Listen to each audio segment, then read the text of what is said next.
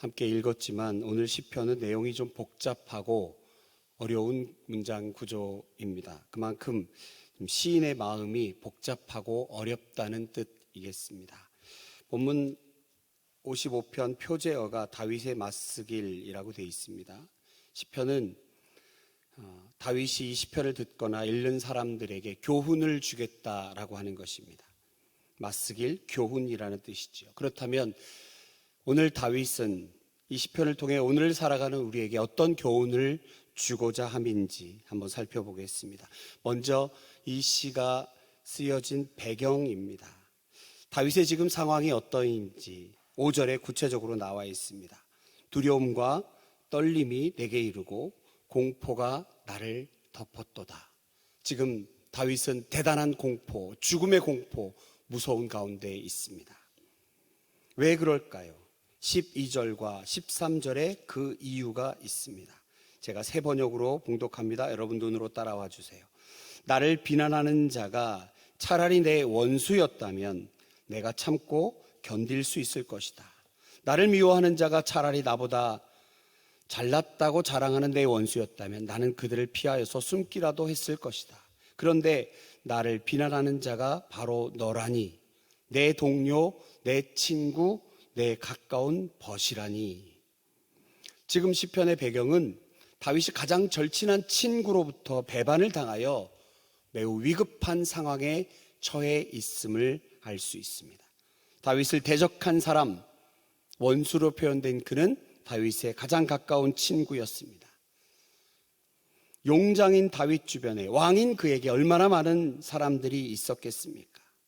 그러나 14절에 의하면 그 친구는 나라의 중요한 일을 결정하기 위한 회의에 함께 했을 뿐 아니라 하나님께 예배 드릴 때도 같이 할 정도로 신앙도 같이 했던 친구였기에 이러한 친구의 갑작스러운 배반, 이것은 다윗으로 하여금 망연자실할 수밖에 없는 상황에 놓이게 되었습니다. 성경학자들은 다윗에게 이와 같은 상실감을 준 친구가 아히도벨일 것이다 라고 추측합니다. 아히도벨, 그가 누구입니까? 똑똑하고 유능한 친구입니다.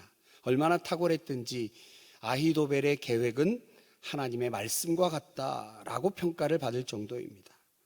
친구이자 참모인 아히도벨을 자신의 모사로 삼고 다윗은 그를 신뢰하였습니다. 그런데 자신의 친아들 압살롬의 배반만으로도 거의 공황 상태인 다윗이 자신의 가장 친했던 친구 오른팔 아히도벨마저 배반했으니 다윗에게 극도의 고통과 고독감을 안겨주었을 것으로 충분히 우리가 예상합니다. 4절과 5절, 내 마음이 내 속에서 심히 아파 사망의 위험이 내게 이르렀도다. 두려움과 떨림이 내게 이르고 공포가 나를 덮었도다.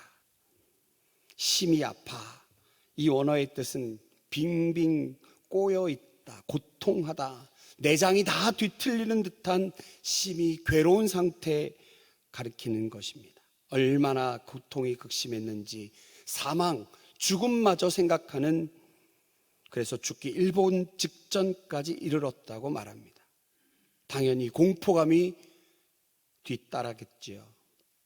인간적인 관계에서 가장 믿고 친했던 사람들로부터 배반당한 다윗, 어쩌면 허무하고 허탈하고 고통의 나락 속에 세상을 원망하며 자식도 원망하고 친구도 저주하고 하나님마저 원망할 수도 있었을 것 같습니다. 왜냐하면 다윗 그는 자신의 삶에 하나님을 중심으로 모신 사람이었고 하나님만을 경외하는 삶을 살았던 사람이기 때문에 하나님께서 어찌하여 나에게 자식이 자신을 배반하고 가장 친했던 친구마저 자기에게 등을 돌리는 이런 상황이 찾아올 수밖에 없었는지 하나님께 원망할 수도 있었을 것입니다.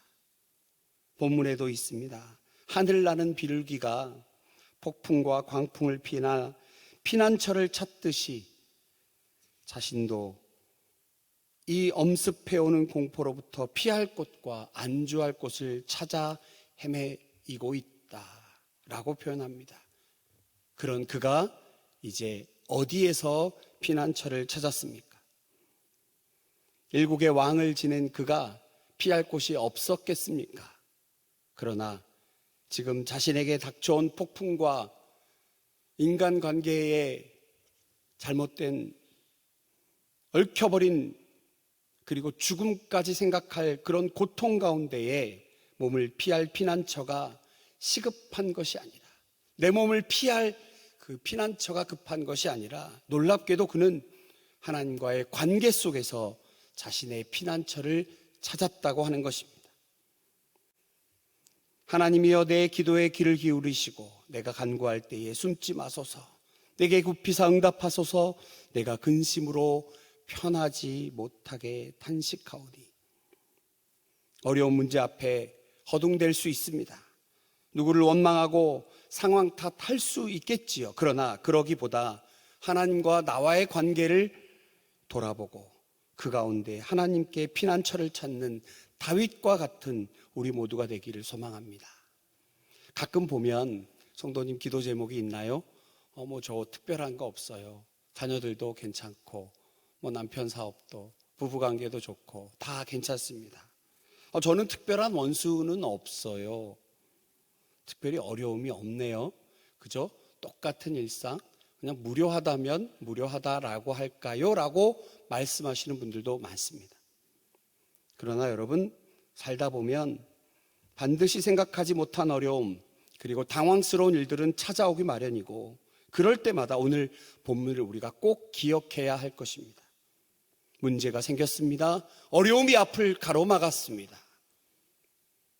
예상하지 못한 관계의 꼬임으로 인하여 내장이 뒤틀리는 것과 같은 고통 가운데 있을 때 문제를 바라보는 것이 아니라 나와 하나님과의 관계로부터 시작해야 하라고 한다는 것, 오늘의 중요한 교훈입니다.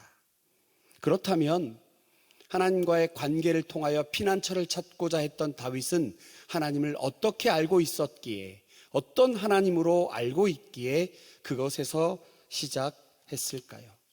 16절입니다. 나는 하나님께 부르짖으리니 여호와께서 나를 구원하시리로다. 다윗은 하나님께서 현재 이 어려운 상황을, 구덩이에 빠진 것 같은 자신을 구원해 주실 것임을 믿었습니다. 하나님만이 자신을 구원해 주실 분이라고 하는 것을 알고 있었고 믿었습니다.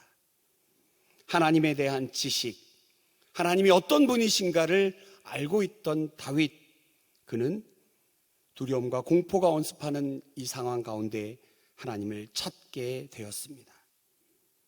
처음에 하나님을 잘 모르면 지식이 없으니 믿음도 연약하겠지요. 그러나 지식이 많아질수록 이와 비례의 믿음도 더욱 견고해져야 합니다.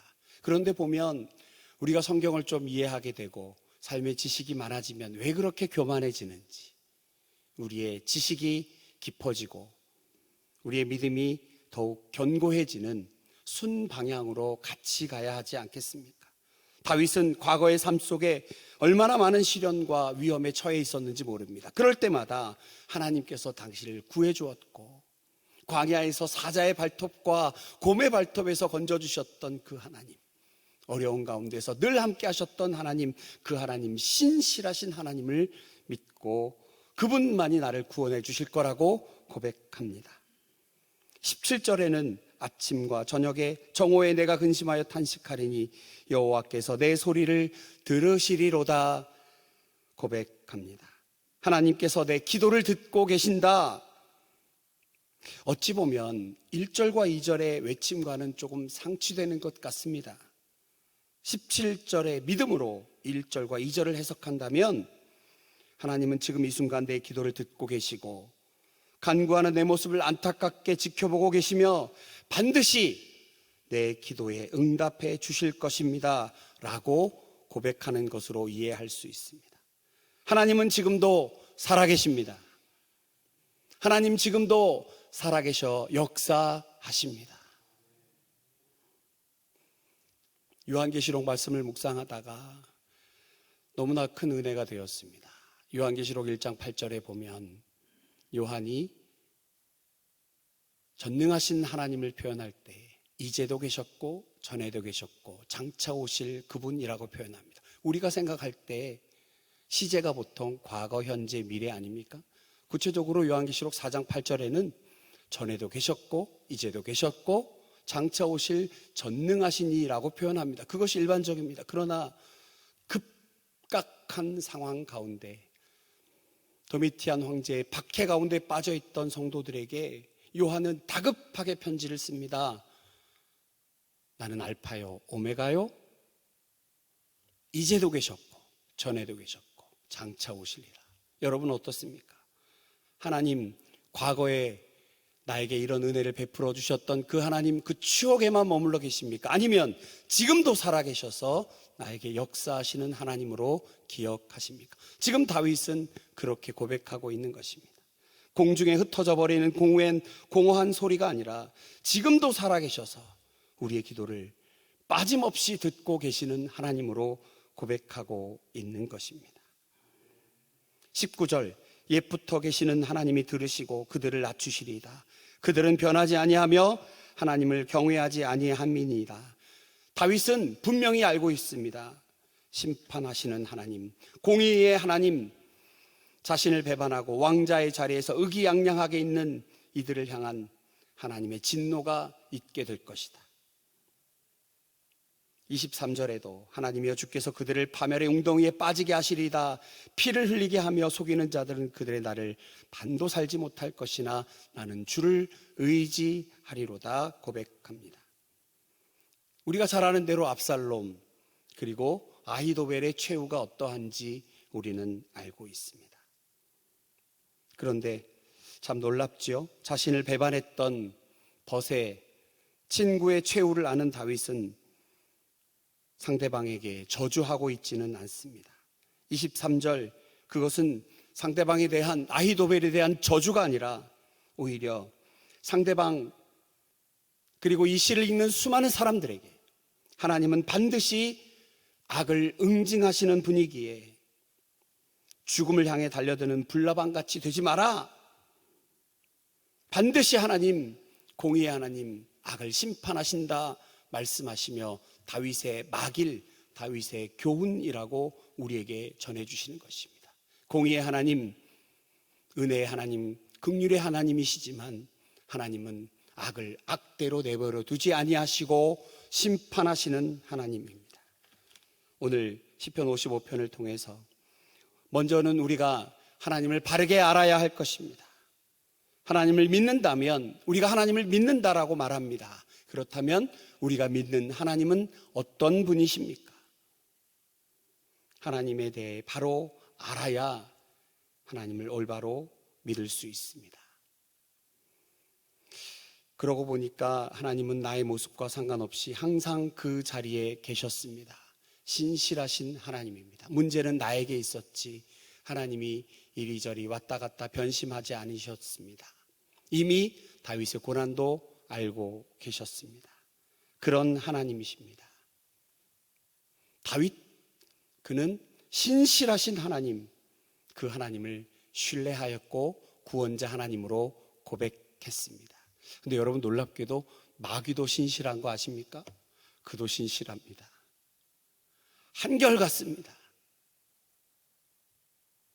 그러나 그와 같은 악도, 악한 마귀도 하나님의 심판 앞에 결국 무너져 내리고 예수 그리스도의 승리로 우리에게 소망 주신 것 우리가 꼭 기억해야 할 것입니다. 하나님 우리의 구원자이시고 현재와 과거와 미래 어떤 상황 가운데도 우리를 구원하시는 구원자입니다. 지금도 살아계셔 역사하시기 때문에 과거에 우리의 기도를 들으셨던 하나님이 아니라 지금도 나의 기도를 들으시는 하나님, 그리고 응답하시는 하나님입니다. 하나님께서 주시는 평안이 자연스럽게 우리에게 찾아옵니다. 하나님께 기도가 깊어지면 깊어질수록 나의 기도의 응답과 무관하게 하나님께서 주시는 그 평안이 얼마나 놀랍고 감사한지 경험하셨던 분들은 아시지요? 우리에게는 근심과 두려움 없습니다. 나를 대적하는 상대방이 오히려 근심과 두려움에 쌓여 있습니다. 혹시 여러분 다윗과 같은 대적하는 관계로 인하여 어려움을 겪고 계십니까? 혹시 그런 분 계시다면 우리의 어깨를 짓누르고 있는 모든 것 내려놓으시고, 그것은 그저 우리를 불안과 좌절에게 휩싸이게 하려고 하는 신실한 마귀의 전략일 뿐입니다. 넘어가지 말고 구원자 되시고 우리를 신실하게 지키시고 보호하시고 오른팔로 감싸 안으시며 지금도 살아 역사하셔서 우리의 기도를 들으시고 우리의 기도에 가장 좋은 것으로 응답하시는 그 하나님을 믿고 신뢰하며 나아가는 우리가 되기를 간절히 축원합니다. 여러분, 우리 함께 22절의 말씀을 읽고 말씀을 맺도록 하겠습니다. 내 짐을 여호와께 맡기라. 그가 너를 붙드시고 의인의 요동함을 영원히 허락하지 아니하시리로다. 아멘. 전능하신 하나님 아버지, 오늘 다윗의 시를 통하여 교훈의 말씀으로 우리에게 주신 이 귀한 말씀을 기억합니다. 신실하신 하나님, 그 하나님을 바르게 알고 그 하나님을 하나님으로 고백하며 지금도 살아 역사하시는 그 하나님께 나의 모든 문제와 나를 짓누르고 있는 짐들을 내어 던지고 하나님께만 온전히 의탁하며 나아가 주께서 밝히 보여주시는 그 길, 주께서 우리에게 환하게 알려주신 그 길, 씩씩하게 걸어가는 우리 모두가 되게 하여 주시옵소서. 감사드리며 예수님 거룩하신 이름으로 기도하옵나이다. 아멘. 하늘에